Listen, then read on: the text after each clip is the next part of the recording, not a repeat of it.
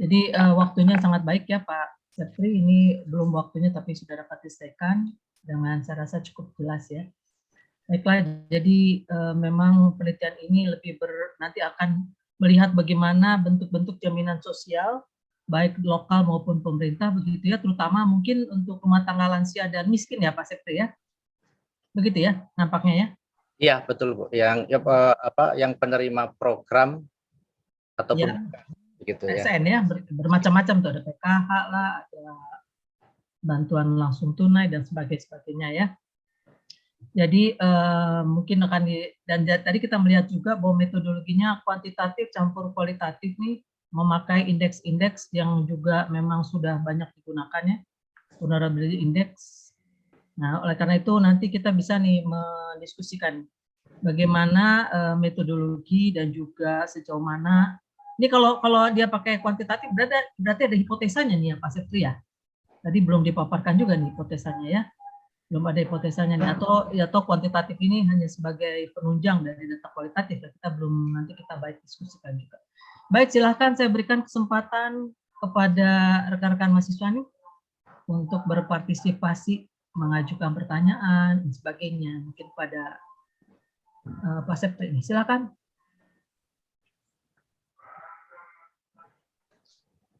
Ini kalau dia membisu tuh kira-kira nggak dengerin apa gimana ya, apa pusing apa gimana? Nah, itu Bu Vera tuh tertawa-tawa tuh dia tuh.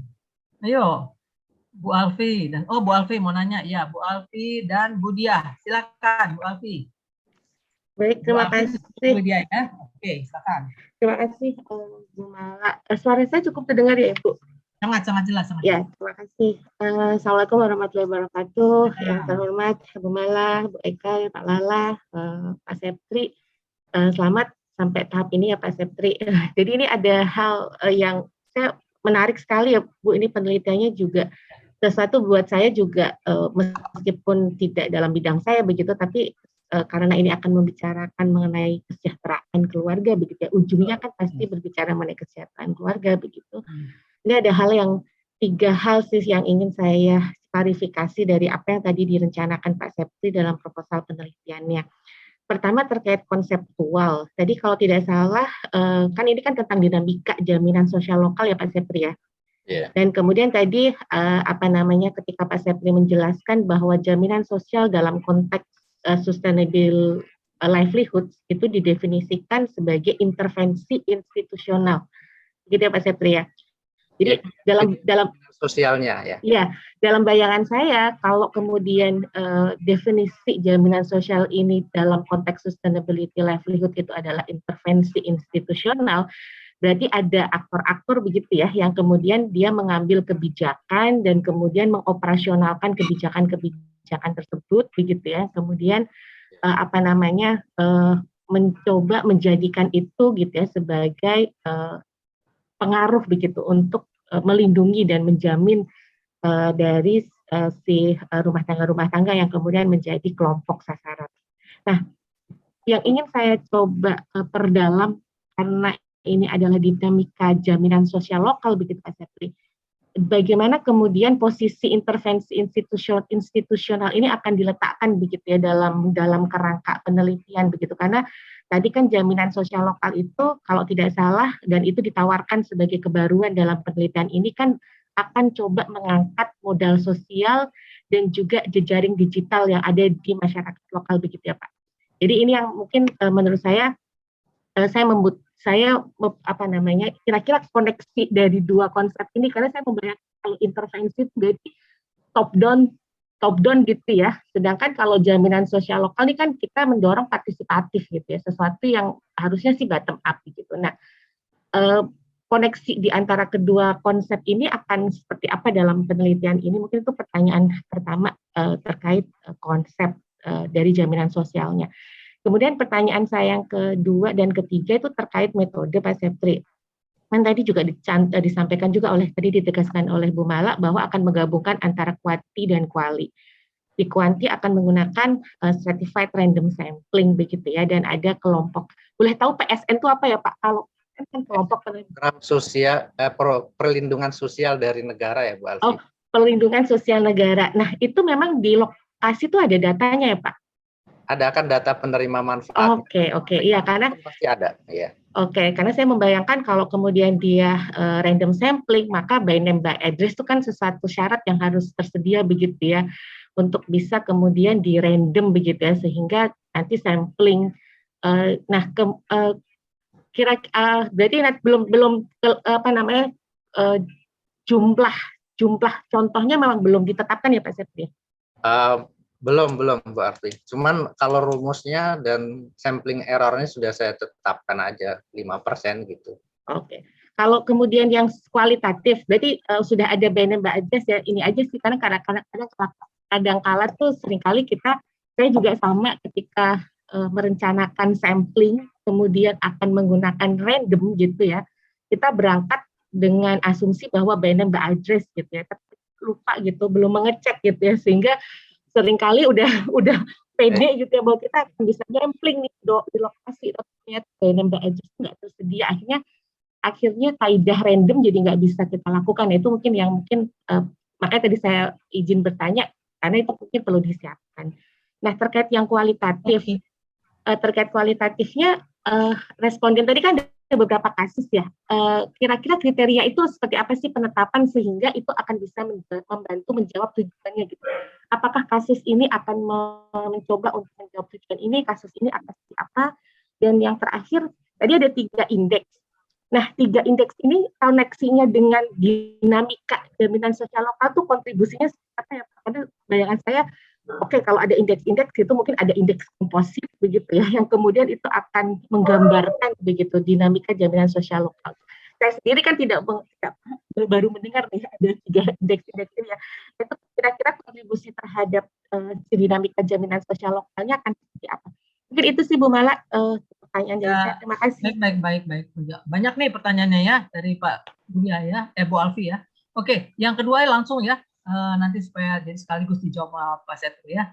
Ibu Dia, apakah ini? Ibu Dia Amelia. Iya, baik, ya, silakan. Ibu. Ya. Terima kasih. Selamat Pak Septi sudah sampai di tahap ini. Saya langsung saja terima kasih Bu Nurmala kesempatannya. Saya tertarik dengan jenis dari bantuan jaminan sosialnya Pak. Itu apakah nanti respondennya akan memang dipastikan menerima semua jaminan sosial itu seperti tadi ada PKH, karena kan memang prosesnya PKH sendiri kan sampai sekarang masih cukup banyak jadi diskusi menarik ya tentang bagaimana proses pemilihan yang menerima bantuan PKH dan ada masih banyak pertanyaan lah tentang itu. Nah, apakah itu dipastikan semuanya menerima itu atau memang dibedakan ada yang menerima PKH, ada yang menerima bantuan jaminan sosial lainnya. Yang kedua memang hampir sama sedikit mirip dengan Mbak sebelumnya, Mbak Alfia Sari. Saya juga tertarik dengan mix method ini. Mungkin Bapak bisa jelaskan sebenarnya yang didahulukan itu yang kuantitatif dulukah atau yang kualitatif dulukah gitu. Terima kasih Bu Nurmala. Oke, baik. Pertanyaan-pertanyaan bagus ya Pak Setri ya. Memang belum banyak juga yang kenal indeks-indeks ini ya. Kecuali yang memang yang sering bergaul dengan vulnerability ya. Dalam penelitian kami resiliensi memang kami sering bergaul dengan vulnerability tuh. Cuma mungkin yang lain belum memperkenalkan. Nanti perlu diperkenalkan juga nih indeks-indeks ini ya dan juga metodologinya ini. Karena tadi Pak Septi sih bilangnya sih bukan tadi apa bilangnya sequential apa tadi istilahnya bukan mixed method dia bilang. Sorry, sequential mixed method itu salah satu dari. Iya, dia bilang sequential mixed method ya. Oke, jadi itu juga dipertanyakan mana yang duluan nih kalau sequential, mana yang duluan kuantitatif atau kualitatif, apakah pengolahan data kuantitatif kemudian dipakai untuk memperdalam kualitatif atau seperti apa? Baik, silakan dijawab aja Pak Setri. Mulai dari pertama ya, dari Ibu Alfi ya. Baik Ibu, saya coba menjawab. Sebelumnya saya mengucapkan terima kasih kepada Ibu Alfi dan Ibu Dia ya atas pertanyaan-pertanyaannya yang pasti ini akan menajamkan dari proposal penelitian saya nantinya ya, karena beberapa hal memang selalu ada sesuatu yang kurang dari proposal ini kalau dibaca ulang gitu. Saya coba menjawab mengenai pertanyaan mengenai intervensi institusional, kan di mana posisinya atau di mana letaknya di dalam kerangka analisis ini. Tadi saya sudah mengatakan bahwa jaminan sosial ini di dalam konsep ini, di dalam pendekatan sustainable livelihood itu sebagai kerangka institusional, itu yang di tengahnya itu. Izin saya share screen lagi ya. Ya, share screen aja tadi kerangka pemikiran. Sebentar, ini.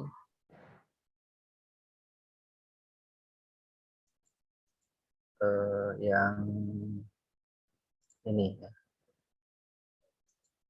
Nah, di sini jadi di tengah-tengah kerangka logik dari penghidupan berkelanjutan ini ada institution and organization. Jadi jaminan sosial itu adalah salah satu mekanisme institusional begitu ya. Nah, hanya karena di dalam penelitian ini juga melibatkan perlindungan sosial dari negara, maka kita mengatakan bahwa mekanisme institusional juga bisa disebut sebagai intervensi institusional begitu ya, karena dari luar kedudukannya seperti itu, sehingga dan ini saya memandang bahwa di dalam kajian-kajian livelihood itu belum ada, sejauh saya membaca literatur jurnal dan textbook tentang livelihood system itu, belum ada yang membahas mekanisme institusional dalam bentuk social security atau jaminan sosial ya. Makanya kemudian saya mengangkat ini sebagai salah satu unsur kebaruan dari penelitian ini. Ditambah lagi betul tadi kata Bu Alfi ya, bahwa konsep lokal di dalam jaminan sosial lokal itu tidak hanya kita pahami sebagai lokal, sebagai lawannya dari global begitu kan. Karena kekuatan-kekuatan lokal masyarakat desa itu juga menjadi sesuatu yang dapat berkembang. Melalui apa? Melalui linking social capital. Ya, apalagi dengan adanya digitalisasi di desa, pelayanan publik melalui desa, melalui digital, teknologi, maka kalau masyarakat desa itu bisa memberdayakan teknologi digital ini, tentu akan baik juga ya, menjadi salah satu alternatif dari pengembangan jejaring sosial digital begitu. Dan ini juga kita anggap sebagai salah satu unsur kebaruannya. Pak Sepri, Ibu Alfi menanyakan di mana dalam kerangka pemikiran itu letaknya institusional ini, jaminan sosial ini. Coba di kerangka pemikiran Anda di mana diletakkan ini? Itu ada di mekanisme institution, Bu. Coba lihat gambar yang tadi. Yang tengah institusi. Yang kerangka pemikiran. Oh, iya. Coba di mana dia diletakkan? Di kerangka pemikiran. Nah, di sini tuh. Nah, di sini. Nah, dari kerangka pemikiran juga akan terlihat bahwa di atas kali ini ya, kali di atas ini ya. Di atas ini Bu Alfi. Jadi ada dua sebetulnya yang mekanisme intervensi institusionalnya di sini, ada dua yang bersumber dari masyarakat itu sendiri, disebut dengan jaminan sosial lokal, dan yang bersumber dari negara. Kayak PKH itu, kemudian BPNT, BLT begitu ya. Termasuk kemarin kan pada waktu COVID juga ada dana desa digunakan sebagai safety net untuk melindungi masyarakat desa gitu. Nah, ini saya pikir juga langsung nyambung tadi dengan pertanyaan keduanya. Ini pasti ada datanya, by name, by address ya. Mudah-mudahan nanti dengan kerangka sampling yang jelas ya bisa dilakukan secara random, secara objektif begitu ya.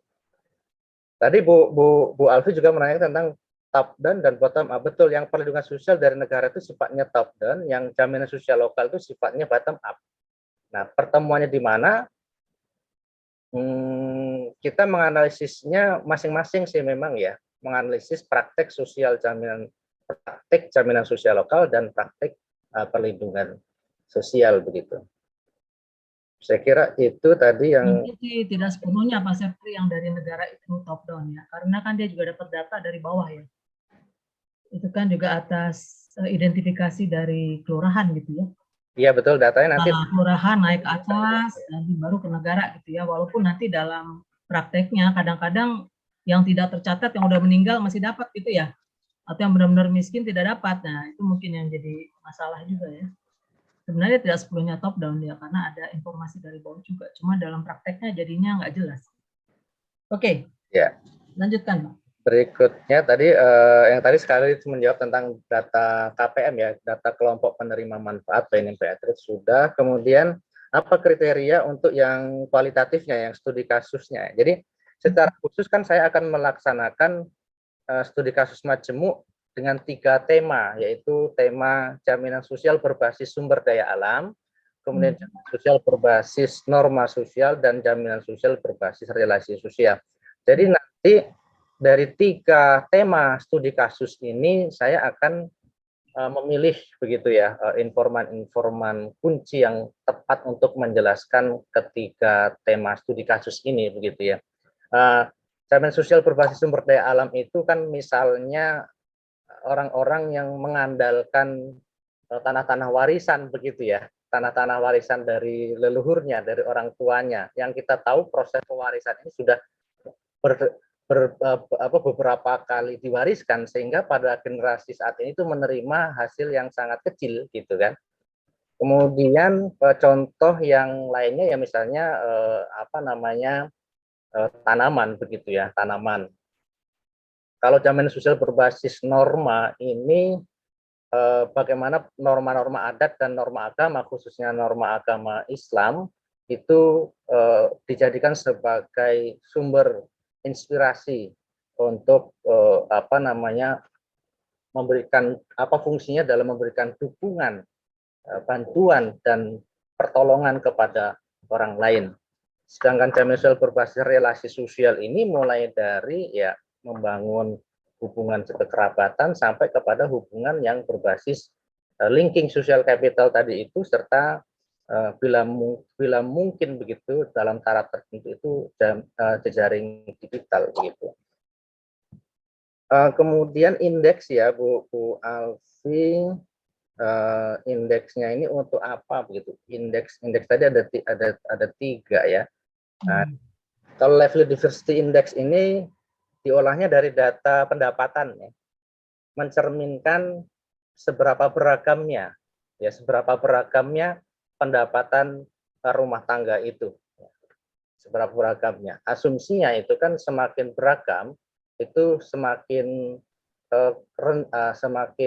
baik begitu ya. Ada alternatif pendapatan lain apabila sektor pertanian itu mengalami kegagalan, misalnya karena gagal panen begitu. Ini angka ini berkisar dari 0 sampai dengan nilai N-nya ya, berapa N-nya itu menunjukkan berapa sumber pendapatan itu berapa. Kemudian kalau livelihood vulnerability index ini untuk mengukur tingkat kerentanan penghidupan. Mulanya ada 6 komponen sebenarnya ya, tapi kemudian saya memasukkan 2, yaitu komponen pasar dan komponen digital, teknologi digital, partisipasi digital itu, sehingga komponennya menjadi 8, dan ini sudah biasa digunakan untuk penelitian kerentanan terhadap perubahan iklim gitu. Tapi ini kita modifikasi ya, sedangkan Digital Participant Index ini menggunakan kerangka berpikirnya Van Dijk gitu tentang 4 tahap digital participation begitu.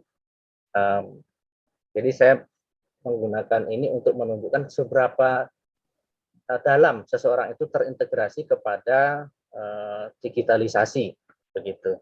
Nah, apa kedudukannya di dalam jaminan sosial? Kalau yang livelihood diversity index ini untuk sebagai alas untuk mendapatkan pemahaman tentang keragaman sumber-sumber penghidupan yang ada di lokasi penelitian begitu ya. Kemudian kalau kerentanan livelihood vulnerability index ini tentu sebagai langkah masuk untuk membahas jaminan sosial, karena jaminan sosial itu kan tujuannya untuk melindungi orang-orang yang rentan ya, kelompok-kelompok rentan di masyarakat, sehingga saya merasa perlu untuk menghitung seberapa tinggi begitu ya vulnerability yang dialami oleh masyarakat di kedua desa penelitian ini. Sedangkan Digital Participation Index ini untuk melihat hipotesisnya adalah kalau orang memanfaatkan terintegrasi dengan digitalisasi, maka akan membuka peluang-peluang baru Ya, jadi bentuk-bentuk jaminan sosial baru menjadi lebih terbuka begitu. Ya, Kira-kira ini ada bagian juga Pak Sepri kalau formula Frani disebutkan sumbernya ya Pak, ini dan juga itu kan ada modifikasi ya, live input jadi modifikasi tambah 2, jadi disebutkan juga sumbernya dari mana, kemudian dimodifikasi. Itu juga di kita participant index ya. Siap, Bu. Gitu ya, kalau ada metodologi ya. Siap, Bu. Ya. Oke, lanjutkan Pak, tapi agak ini ya, dipersingkat ya jawaban untuk Ibu Diah, silakan. Yang Ibu Diah tadi respon tentang bantuan sosial, apakah semua orang menerima dan ya itu nanti dua-duanya, Bu. Jadi ada 2 strata. Strata pertama adalah strata penerima bantuan-bantuan, itu strata penerima manfaat bantuan-bantuan tadi itu, serta strata non penerima manfaat. Jadi mereka tercover. Karena sebetulnya orang yang mengalami kerentanan itu bukan hanya yang menerima bantuan dari negara, begitu. Bahkan penduduk yang ada di sekitar TNKS itu sendiri, tadi saya sudah menjelaskan di bagian latar belakang, mereka mengalami kerentanan karena proses eksklusi akses mereka terhadap sumber daya hutan yang tadinya mereka itu punya akses terhadap hutan. Setelah ditetapkan menjadi kawasan TNKS, mereka tidak bisa lagi mengelola. Nah, menariknya ada 12 desa yang telah ditetapkan oleh Pemda Kabupaten Lebong sebagai kesatuan masyarakat hukum adat yang boleh mengelola hutan adat. Nah, di desa Embong 1 ini mereka sebagai kesatuan masyarakat hukum adat dibolehkan mengelola kawasan sekitar 1000 hektar begitu yang disebut dengan kawasan hutan Demong Samin.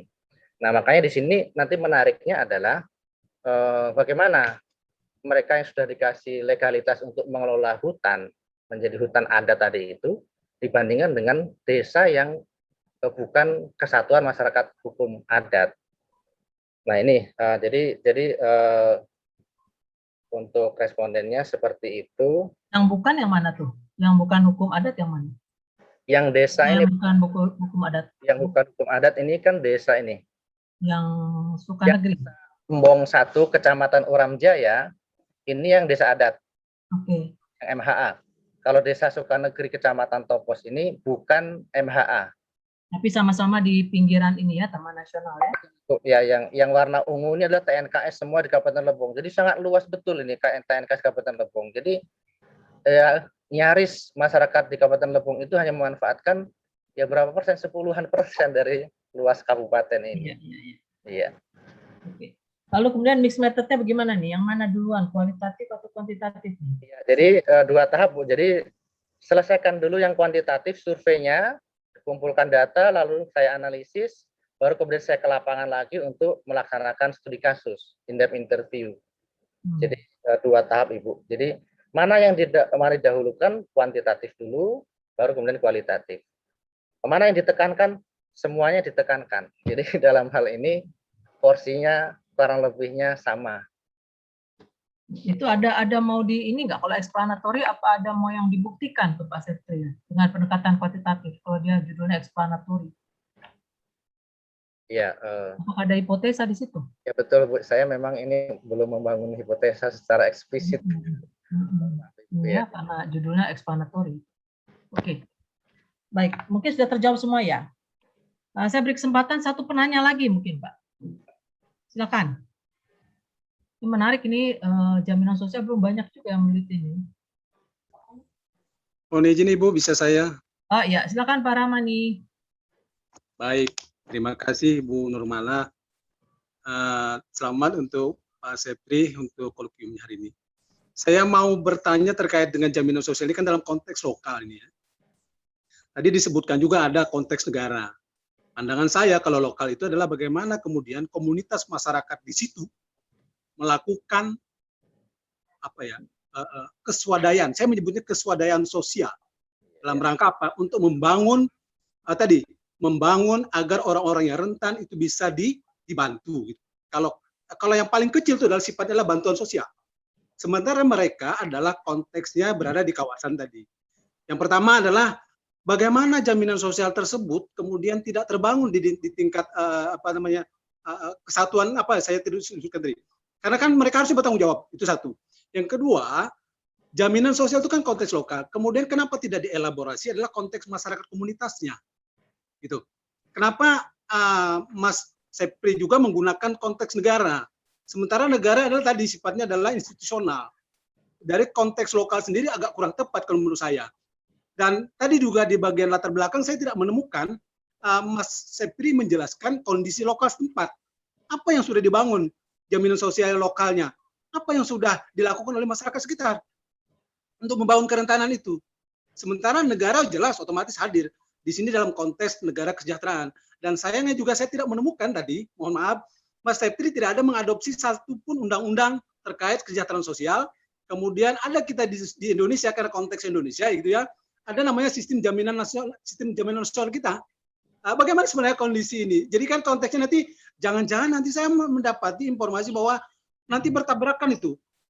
Di satu sisi ada kawasan tadi yang punya kekuasaan gitu ya, otoritas gitu.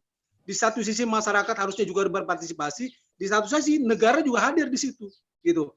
Saya menangkapnya dinamika itu adalah bagian dari proses itu, tetapi saya kemudian lagi-lagi menemukan di bagian akhir itu, tadi saya sebutkan juga di metodologi, saya mungkin akan kaitkan juga, tapi sebelum ke metodologi saya akan ke teori dulu.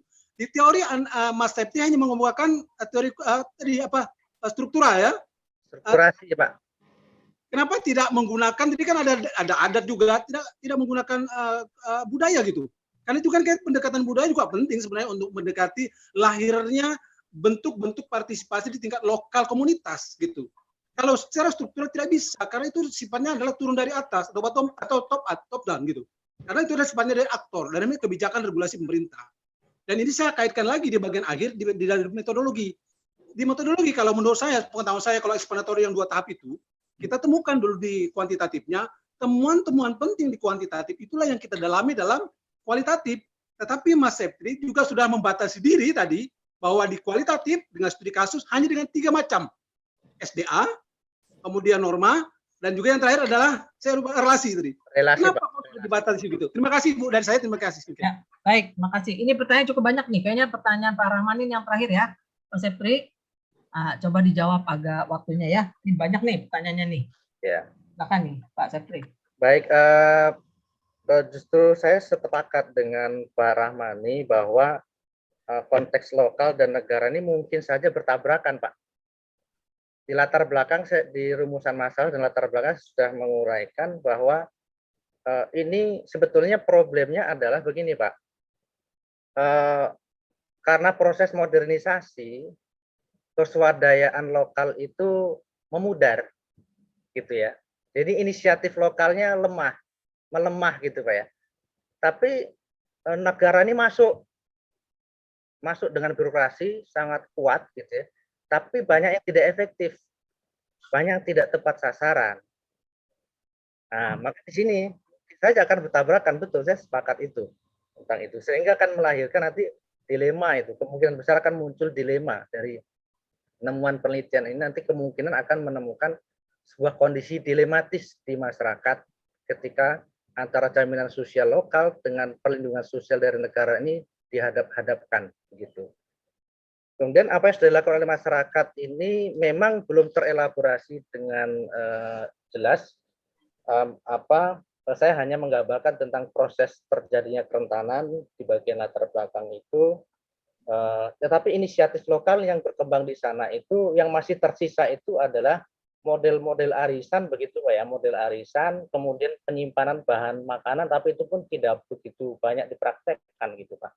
Ini saya ingin menggambarkan bahwa proses itu sudah mengalami pelunturan gitu ya, ibarat baju itu dicuci diluntur gitu ya. Kemudian mengapa tidak menggunakan konsep-konsep tentang budaya menggunakan strukturasi? Nah, strukturasi ini kan teori untuk menganalisis tindakan ya, proses pengambilan keputusan sebagai suatu dialektika antara agensi dengan struktur. Pendek katanya saling pengaruh-pengaruh antara kekuatan internal pada diri manusia dengan faktor eksternal dari diri manusia itu. Saya rasa ini cocok untuk menganalisa baik yang jaminan sosial keswadayaan lokal tadi itu maupun yang dari negara. Itu saya rasanya itu ya Bu Mara pertanyaan, atau ada lagi yang terlewat? Iya, itu saja mungkin. Tapi tadi ada masukan juga, Pak Septri belum membicarakan Undang-Undang Kesejahteraan Sosial ya. Oh, Nanti betul. mungkin saya tambahkannya. Ada sebetulnya di tinjauan pustaka ada juga sebenarnya. Iya, cuma tidak dipaparkan. Ini tinjauan pustakanya udah heboh ini Pak Septri ini. Pak Rahman ini ya, cuma nggak bisa dipaparkan di sini semua. Baiklah, nanti kita bisa perdalam lagi ya dari jawaban para pembimbing. Tapi sebelum masuk pada pembimbing, mungkin ada masukan dari saya nih Pak Septri. Ini kalau melihat tadi indeks-indeks itu kan satuannya rumah tangga ya, Pak Septri, semua indeks itu ya. Ya, Udah analisanya rumah tangga ya. Padahal Pak Septri melihat jaminan sosial dari masyarakat gitu ya. Berarti harusnya satuan analisanya juga ada yang komunitas ya. Nah, itu belum ada tuh satuan analisis komunitasnya seperti apa gitu. Padahal di dalam pustaka saya baca pendekatannya sosiologi dan antropologi katanya ya. Berarti mesti dibahas juga budayanya tuh di situ Pak Septri ya. Kalau saya rasa sebenarnya ya kemarin kunjungan saya, penelitian kami di komunitas miskin ya. Mungkin jaminan sosial itu mungkin bukannya menghilang ya, tapi berubah bentuk ya, bertransformasi ya. Berubah bentuk gitu. Yang berubah bentuk yang dipengaruhi juga oleh kontak dengan dunia luar. Dan juga memang agak berkurangnya jaminan antar rumah tangga mungkin karena kemiskinan itu sendiri gitu. Tidak ada yang di-sharing.